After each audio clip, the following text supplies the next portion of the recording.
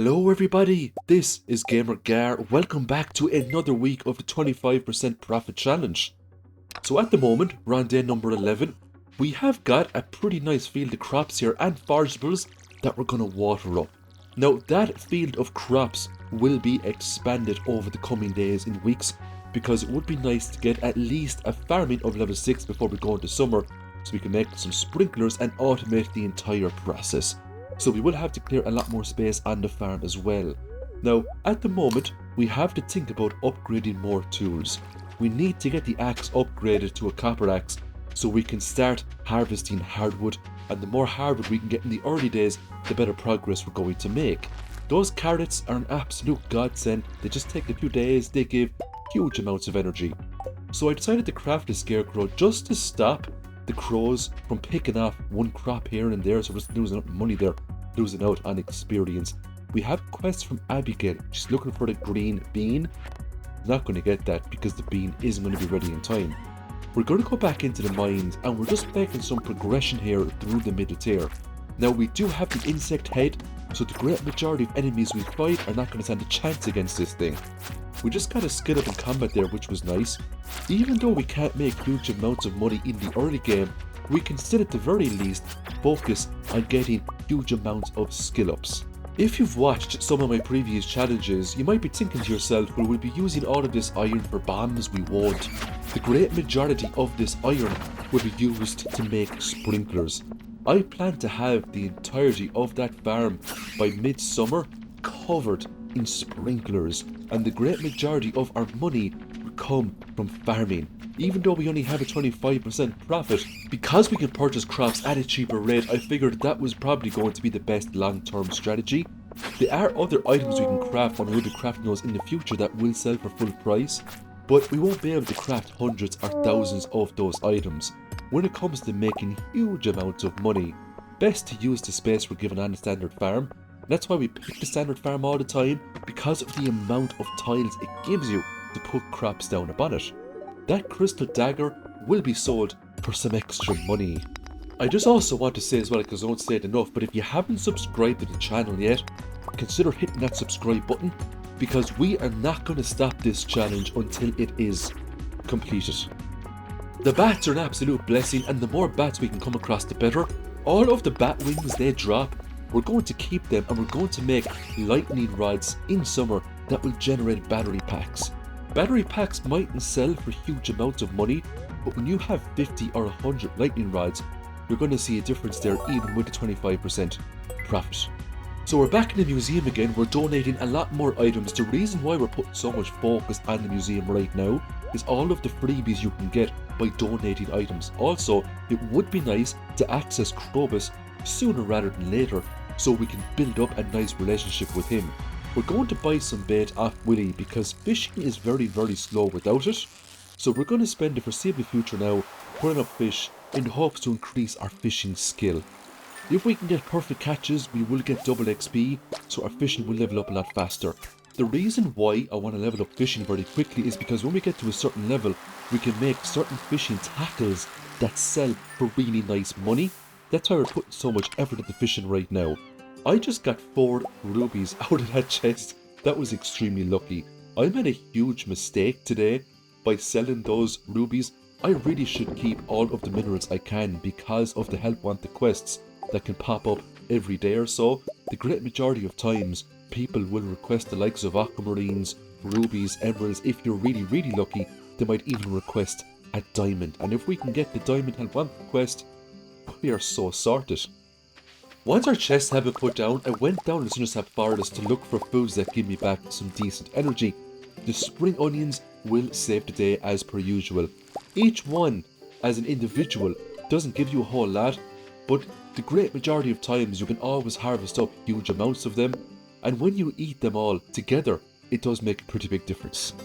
So we cut down a couple of trees, we passed out, and then it was time to see how much money we made today. Level 4 combat is nice, and we also got the level 4 mining. Level 6 fishing is interesting. We can now make the bait maker.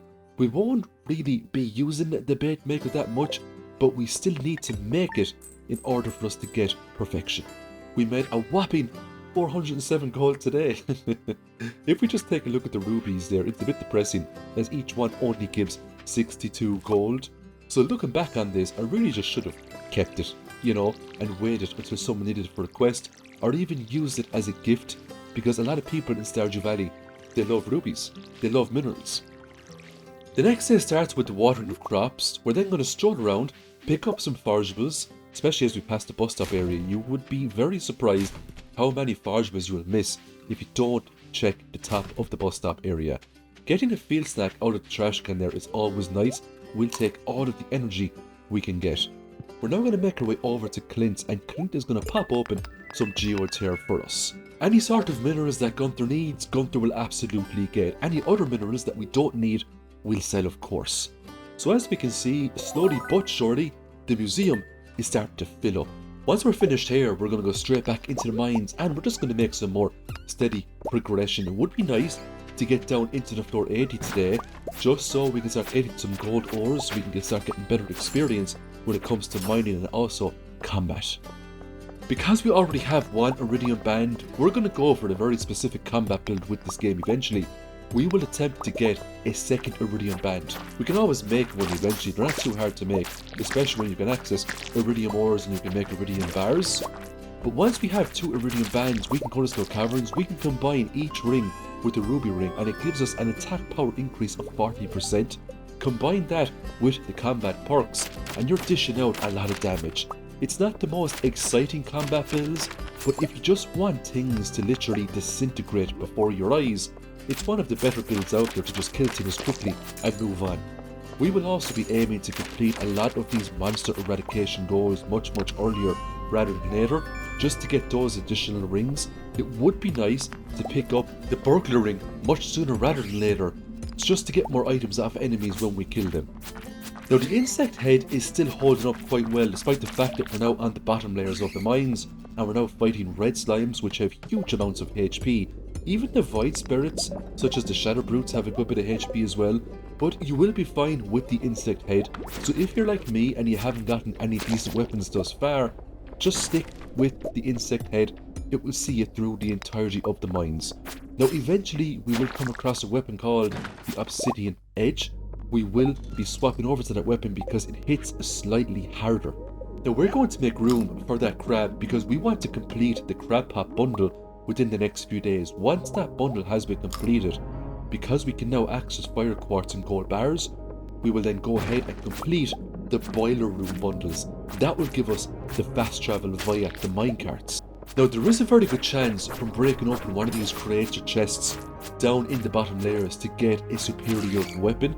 Tempered broadsword, the steel falchion, all of those weapons are absolutely amazing. Even the slammer, if we can get our hands on that, we will see a rapid increase in the defeat of monsters every time we step into a floor. Now I just got some emeralds there, and looking back on this, and I know I said it with the rubies, I really should have kept those emeralds, and we're going to suffer for it in the next few days or next week when people start looking for those things and we don't have them because we sold them.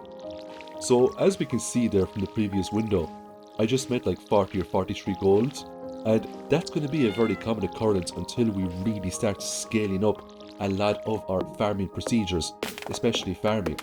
We can always take a look at animals as well. I haven't actually went down to Marnie's, I haven't seen how much they cost. I'm going to assume that they just cost the same as if you were playing any game. I don't think they're going to scale with the 25% profit, so we might have to wait a little while before we can get access to animals with this game. Today was the Easter event, so we're going to start by getting some strawberry seeds. I wasn't going to go mad on them because I couldn't. All I could get was about 15 or a little bit more than that. I also won the event, and as a reward I got the straw hat, and because I got the straw hat this year, if I do the event next year and win, I get a prize ticket instead. Because today was Saturday, I decided to go ahead and check out the tide pool area before it reset into the Sunday. We got some corals and sea urchins, not too bad at all. Once we're finished with the tide pool area, we're going back into the mines, and I only had 18 gold, so I said, you know what? What's the worst that can happen from passing out, you know? There's no point going back to bed with just 18 gold. Well, it turns out that I didn't get a skill up. So when I woke up the next day, I had less than half of my stamina. But it wasn't the end of the world. I did have my good old carrots, So I want to eat a few of those, then I'll put my energy right back up to full again. The current crops we have on the farm will not be enough to get us to farming level 6. We will have to make more money and buy more crops from Pierre to push that up before we get into summer. Taking a look at the help wanted board today, George was looking for largemouth bass, 300 gold. We were absolutely going to do that. The very first fish we pulled up today was in fact the largemouth bass, which was actually pretty amazing. We found George eventually. He was inside the Church of Yoba saying his prayers. We gave him the largemouth bass and we got back as a reward a lovely 300 gold in the bag. Now, I went back up to the mines and I got even luckier here. I managed to hoe up a strange doll from just outside, and that was one of the rare strange dolls, not the more common one that you can get. I then went down to floor number 20 here, just to get some of the fishing collection done. The ghost fish will occasionally pop up, but we also wanted the stonefish. Getting the cave jelly was also nice. The Judge Colas are now quite valuable, so any Judge Colas we pull up, we're absolutely going to keep them. They give you a +1 speed for maybe 19 or 20 seconds, but you'll be very surprised how fast you can get from A to B when you actually pop a Judge Cola. And the small little energy boost it gives, I mean, look, we're not going to snuff at it, you know. The ghost fish, especially if you can get perfect catch ghost fish, are really nice. They give a lot of energy, they also give a lot of health. So once we got to stonefish, we were finished with floor 20, we decided to go on to floor number 60. Now, ghost fish are way more common down here, but the more rare fish, the one we want, is called the ice pip. Now, we tried this a few times, it just wasn't working out for us. Our bar was just too small. This ice pip, it goes all over the place. Not in huge leaps, but big enough where it kept leaving our green bar. If our green bar is a little bit bigger, we could catch those no problem at all. So we will come back later on for that one. For the rest of the evening, we're just running around the farm again, cutting down trees, collecting wood, trying to increase our foraging skill. At the end of the day, we got level 2 farming, which was nice, a lot more levels to go. We also made a total of 270 gold. Let's break it down. We got some sap, leeks, and coral. And now for the fish, I sold all the ghost fish that I caught, and I also sold the cockle as well, just to get some extra bit of funds there for stuff. And I also sold the white algae and, yes, the acorn, because we really need money. The next day began with the harvesting of all these lovely forageables. We had daffodils, dandelions, leeks, and wild horse radishes. Now once all of this harvesting was finished, we're going to combine all of those forageables back into wild seeds. We're then going to plant all of them back on the farm again. So we're going to take our hoe back out once we plant these, hoe up a lot more slots, and then we're going to fill the whole place up with lovely forageables. It'll be rinse and repeat because they're not as potent as they used to be back in the 1.5 days where you could easily max out your foraging by just planting those spring seeds over and over again, but they're still going to give us valuable XP that we really need. We're going to go to Robin, we're going to hand in her last axe. That's going to give us 250 gold. Combine that with the last quest we did for 300 gold, we're right back up now to 837 gold. It's also salmonberry season, so we're going to take our time and we're going to rummage through all of those bushes in the hopes to get as many salmon berries as possible. Demetrius was looking for the green bean. That was an easy quest. We did actually have green beans back on the farm. We're now going to head on in here, we're going to talk to Pierre. We're going to sell him the forageables that we couldn't combine into spring seeds, and we're going to buy huge amounts of parsnips. I purchased 180 in total, and I was hoping that this would be enough to get me to farming level 6. Just so you know, it's not. We have to get more crops, but it was a very good start. If we're going to water all these crops every single day, we're going to need huge amounts of energy and a little bit of time, but energy is way more important. So I'm using most of the seeds that I got from cutting down trees to make field snacks. I also have some salmon berries I can use as well to get some additional energy. Now I know what you're thinking, 180 parsnips, it's a huge amount, but you'd be very surprised how quickly you can actually water all these crops up. You see, the big thing here is that because we're playing on single player mode, every time we use the watering can to perform an action, time freezes ever so slightly. So when you start spamming the watering can over and over and over again, you're not wasting huge amount of time when it comes to watering these crops. So energy is always the killer. It's not time that's going to get you at the end of the day, it's going to be energy.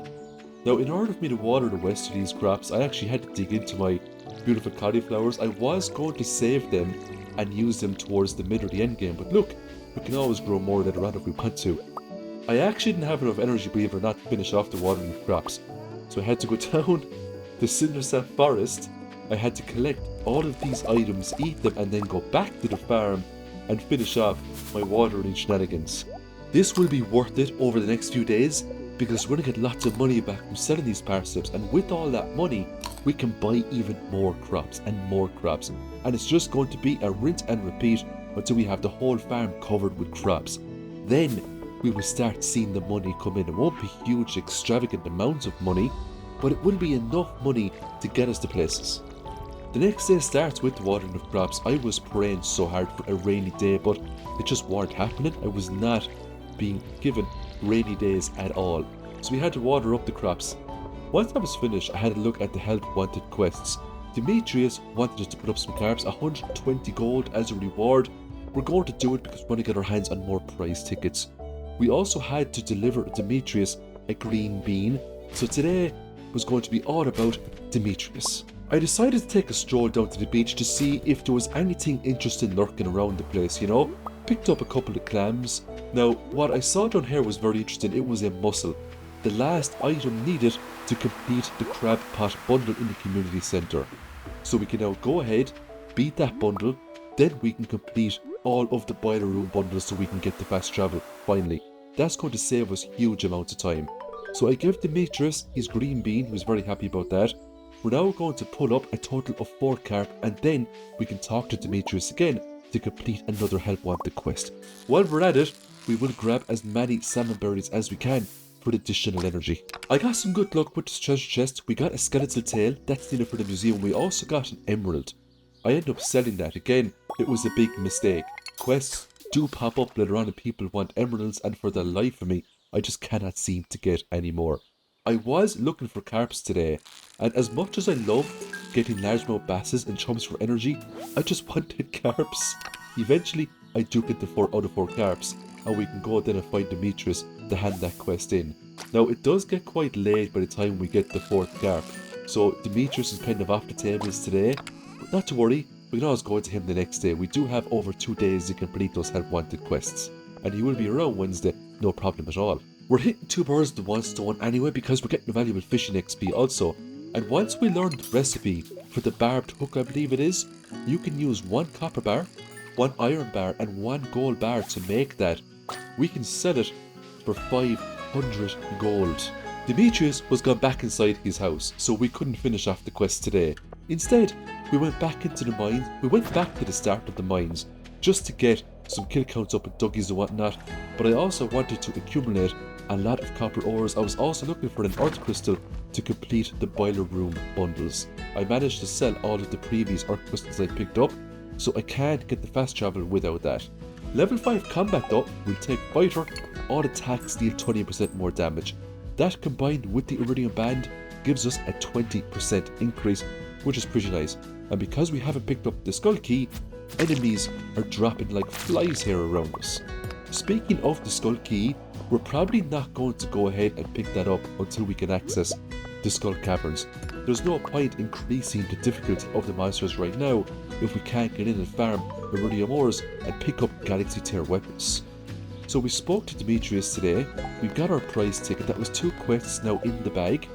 We will hand those in later in terms of collecting the money reward. We're going to go to the crab pot, but we have our clam, we've got our cockles, we've got our oysters, we've got everything we need to get the lovely 3 free crab pots.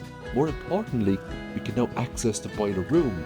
So the blacksmith's bundle was easy enough to do, which is the gold bar for that. With the geologist bundle, we finally got our earth crystal in the bag. And the adventurers bundle, we had our essences ready to go. The real nice prize from that are the 5 omni geodes and the furnace. That furnace will be put to work straight away.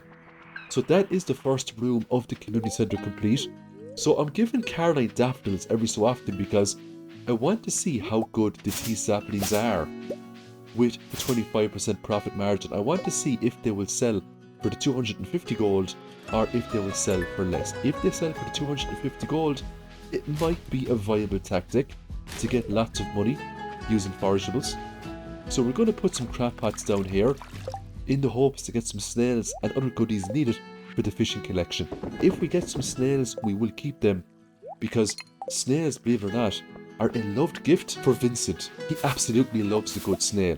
The only problem is that you can't get iridium quality snails, not to my knowledge anyway. So if you wanted to dramatically increase his friendship, you would have to use different gifts, especially gifts that can come in iridium quality.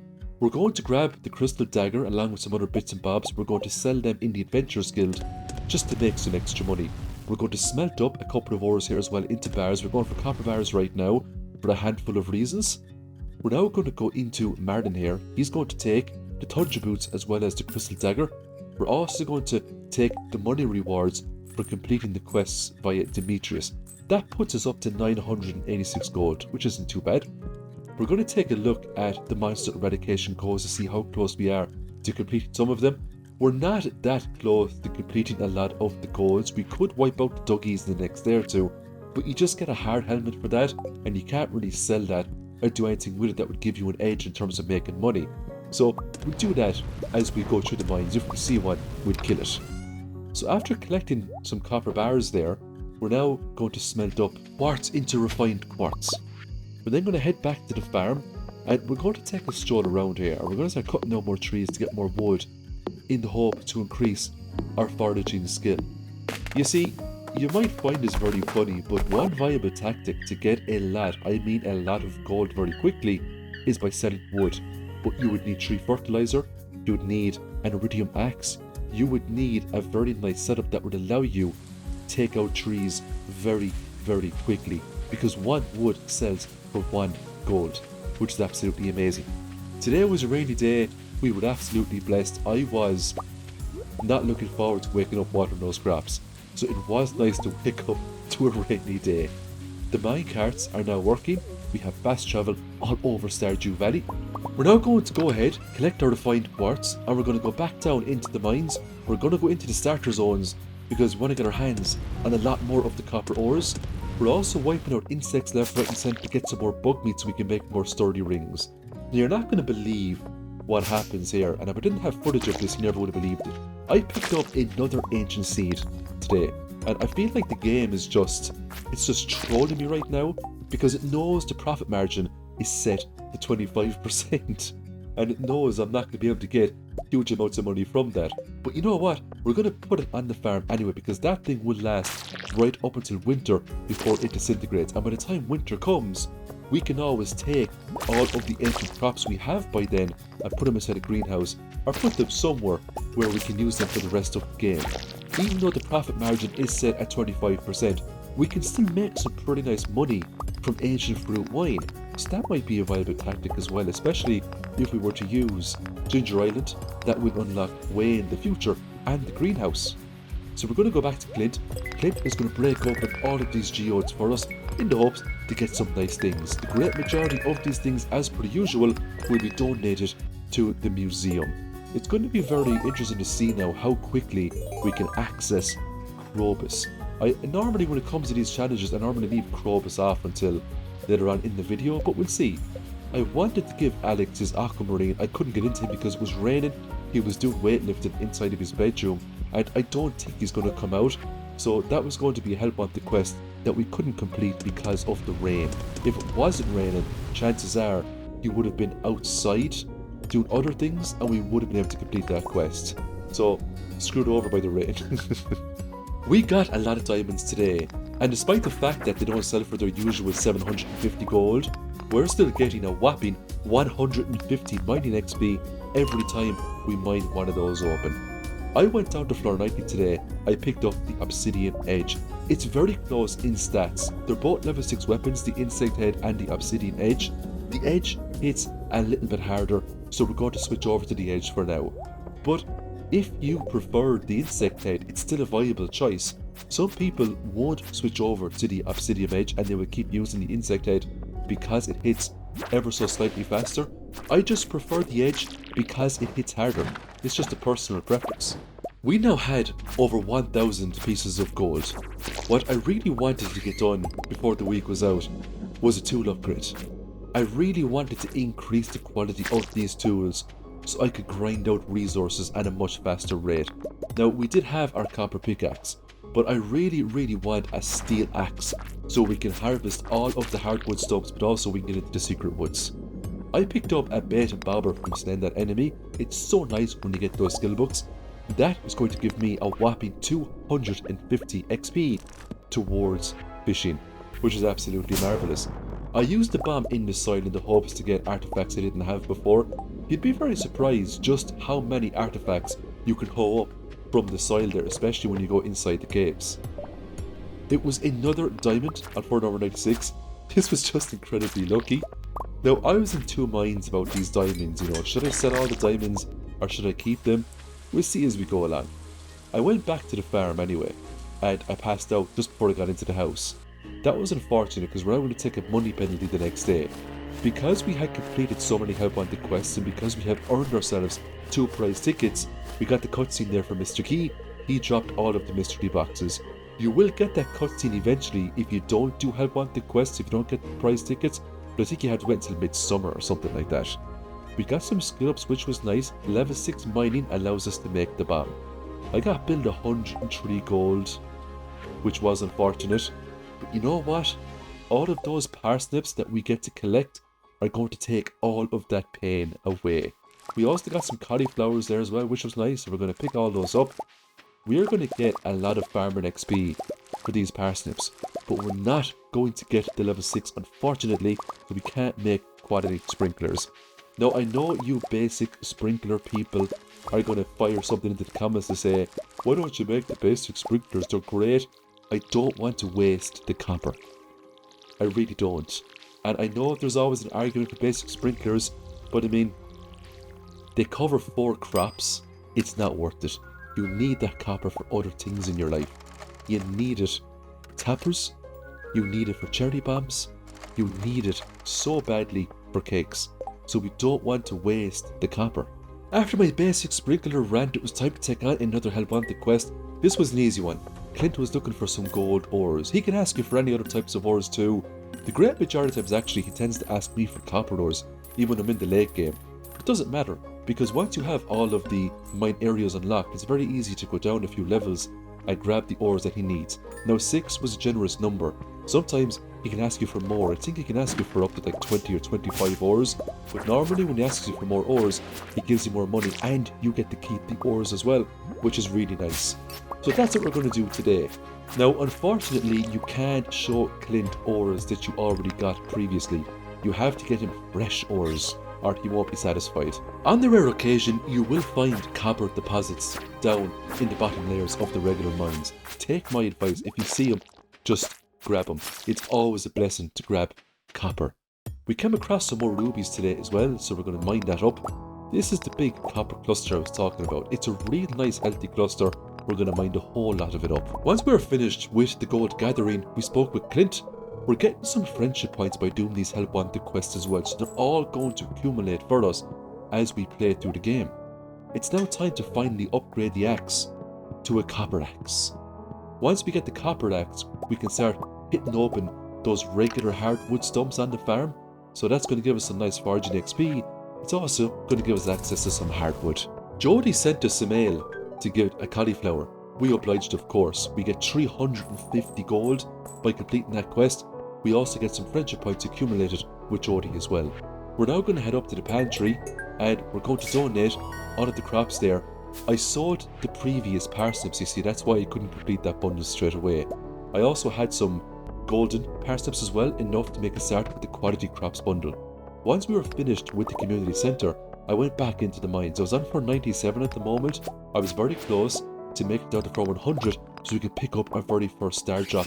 That's badly needed, especially when you take into consideration the amount of watering that we have to do every single day. So that increase to our energy is going to be an absolute godsend. Floor 99 is always going to be a spiral floor. We got very lucky though, and we were rewarded with a staircase at the very beginning. We got down to floor 100 and we grabbed that Stardrop. Not only does it increase your maximum energy, it also fills your energy bar right back up to the top. When it comes to the Stardrops, sometimes I don't actually grab it when I first get to floor 100. I might come back and take it later if I know there's going to be a monumentous task the next day or in the near future that's going to require huge amounts of energy if I already have lots of energy on me. So you can always leave that in the chest. It's not going to disappear, and you can grab it anytime you want. Let's see how many scalps we're going to get today. So we got the level 3 farming. We can now make the bee house. That's something we might invest in the near future. Level 4 farming gives us the preserve jar. Level 5 farming, we're going to take tiller crops worth 10% more because why not? We don't have animals. And we got level 6 combat, a slight increase to our hit points. We made over 1100 gold today. That was very nice. That came from a combination of a few things. Let me just show you my skills at the moment. Farming 5, mining 6, foraging 4, fishing 7 and combat 6. So our skills are looking quite good at the moment.